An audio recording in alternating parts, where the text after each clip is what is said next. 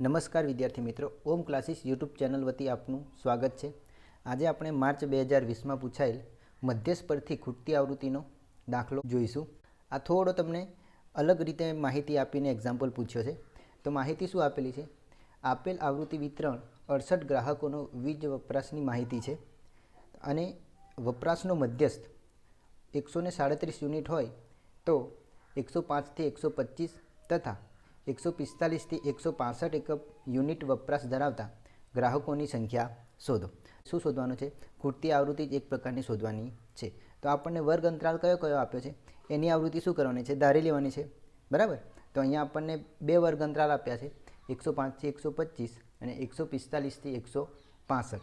તો બંનેને આપણે કોઈ પણ આવૃત્તિ ધારી લઈએ। તમે એ બી માંથી કોઈ પણ ધારી શકો અથવા XY પણ ધારી શકો છો। તો ધારો કે આપણે 105 અને 125 માટે શું ધારીએ છીએ? X અને 145 થી 165 માટે Y, બરાબર। તો આ શું દર્શાવે છે? ગ્રાહકોની સંખ્યા, બરાબર। તો X અને Y આપણે શોધવાના છે। આપણને મધ્યસ્થ આપેલો છે 137। કેટલો આપેલો છે?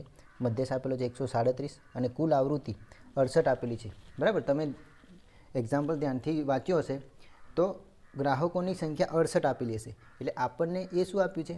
કુલ આવૃત્તિ।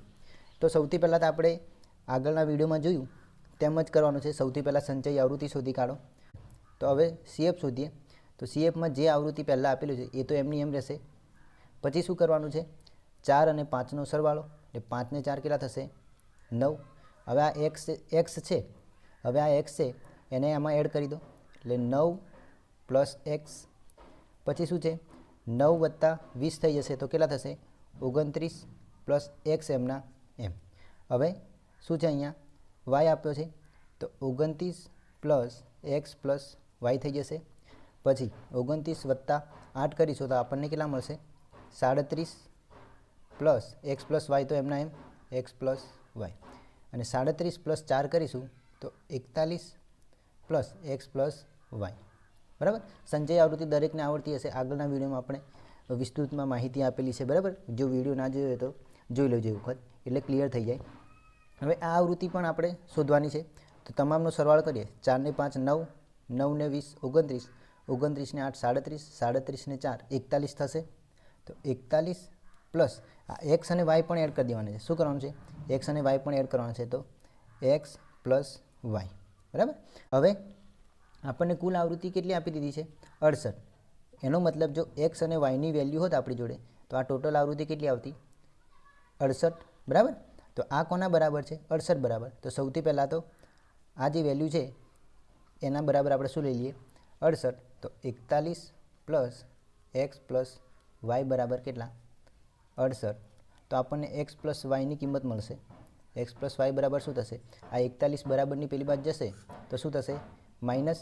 તો 68 માઇનસ 41, બરાબર। તો 68માંથી 41 જશે તો કેટલા વધશે આપણી જોડે? 8માંથી 1 જાય તો 7, 6માંથી 4 જાય તો 2, એટલે X પ્લસ Y બરાબર આપણને મળે છે 27। હવે શું કરવાનું છે? મધ્યસ્થ જોવાનો છે। મધ્યસ્થ કેટલો આપેલો છે આપણને? 137। તો એ મધ્યસ્થ આપેલો છે એ આપણે વર્ગ અંતરાલમાં જોવાનો છે। ક્યાં જોવાનો છે? વર્ગ અંતરાલમાં।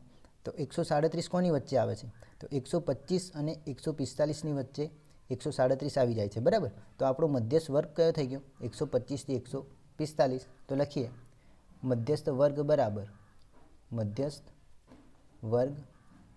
બરાબર શું થઈ જશે? 125 થી 145। આના પરથી આપણને શું મળી જશે? L એટલે શું? અધસીમા। તો L બરાબર 125। પછી આના પરથી આપણને મળશે આવૃત્તિ, બરાબર, મધ્યસ્થ વર્ગની આવૃત્તિ। તો એને આપણે શાના વડે દર્શાવાય? F વડે। તો F મળે છે આપણને 20। અને CF બરાબર મધ્યસ્થ વર્ગના આગળની વર્ગની આવૃત્તિ। તો મધ્યસ્થ વર્ગ આપણો આવ્યો તો એના આગળની વર્ગની સંચય આવૃત્તિ કેટલી છે? 9 પ્લસ X। તો સંચય આવૃત્તિ 9 પ્લસ X। પછી વર્ગ લંબાઈ કેટલી છે? 85માંથી 65 જશે તો કેટલા રહેશે? 20, એટલે કે H બરાબર આપણને આપેલા છે 20, બરાબર। દરેક કિંમતો આપણને મળી ગઈ છે। તો આ કિંમતો આપણે સૂત્રમાં મૂકીએ। તો મધ્યસ્થ શોધવાનું સૂત્ર શું છે એ રિવિઝન કરી લઈએ ફટાફટ। તો મધ્યસ્થ શોધવાનું સૂત્ર છે M બરાબર L plus N/2 minus CF છેદમાં એફ ગુણ્યા એચ. બરાબર. સૂત્ર તમારે યાદ રાખવાનું છે એમ બરાબર L plus N by 2 minus CF આખાના છેદમાં એફ ગુણ્યા એચ. હવે જે પણ કિંમતો છે એ સૂત્રમાં મૂકીએ તો એમ બરાબર કેટલા છે આપણને આપેલા છે 137. તો મધ્યસ્થ બરાબર 137. એલ બરાબર કેટલા મળ્યા 125 પ્લસ એન બાય 2 શોધવાના બાકી છે. તો એન કેટલા છે? એન એટલે શું? કુલ આવૃત્તિ. તો એન બરાબર 68 છે. કેટલા છે? એન બરાબર 68. તો એન બાય 2 કેટલા મળશે આપણને? 34. તો એન બાય 2 બરાબર 34 મૂકીએ. 34 માઇનસ સીએફ કેટલા મળ્યા આપણને? 9 પ્લસ એક્સ. તો આ જે 9 પ્લસ એક્સ છે એ તમારે શું કરવાનું છે? કૌંસમાં મૂકવાના છે. 9 પ્લસ એક્સ છેદમાં એફ બરાબર કેટલા છે? 20 અને એચ બરાબર પણ કેટલા છે? 20. હવે આપણે એક્સની કિંમત શોધવાની છે. એટલે આ 125 આ બાજુ આવશે તો શું થશે? માઇનસ. તો 137 માઇનસ 125 બરાબર. હવે અહીંયા થોડું સાદુરૂપ આપી દઈએ તો આ 20 20 શું થઈ જશે? કેન્સલ. તો આપણી જોડે વધશે ખાલી આ કૌંસ. તો 34 માઇનસ આ માઇનસ અંદર ગુણાશે તો અહીંયા શું થઈ જશે? -9 અને અહીંયા પ્લસ માઇનસ એક્સ. બરાબર. હવે 137માંથી 125 જાય તો કેટલા વધશે? 7માંથી 5 જાય તો 2, 3માંથી 2 જાય તો 1 અને 1માંથી 1 જાય તો 0.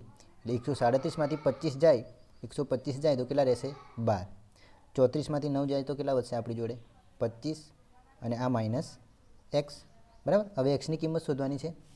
તો એક્સને સૂત્રનો કરતા બનાવીએ તો એક્સ બરાબરની આ બાજુ આવશે તો શું થઈ જશે? પ્લસ. તો એક્સ બરાબર અને આ 12 ક્યાં જશે? બરાબરની આ બાજુ. તો 25 માઇનસ 12. તો એક્સ બરાબર આપણને કેટલા મળશે? 25માંથી 12 જાય તો 13. બરાબર. હવે આપણે કોની કિંમત શોધવાની છે? વાયની. તો આપણને શરૂઆતમાં એક સમીકરણ મળી હતું એક્સ પ્લસ વાય બરાબર કેટલા? 27. તો એના પરથી એક્સ પ્લસ વાય બરાબર 27. તો એક્સની કિંમત કેટલી આવી આપણી જોડે? 13. તો એક્સ બરાબર 13 મૂકી દો પ્લસ વાય બરાબર 27. તો વાયની કિંમત શોધવા માટે 13ને બરાબરની પેલી બાજુ લઈ જાઓ તો શું થઈ જશે? માઇનસ. તો 27 માઇનસ 13. 27માંથી 13 જશે તો કેટલા રહેશે? 14. કેટલા રહેશે? 14. 7માંથી 3 જાય તો 4 અને 2માંથી 1 જાય તો 14. બસ આ રીતના સિમ્પલ રીતે તમારે ખૂટતી આવૃત્તિ શોધવાની છે. બરાબર.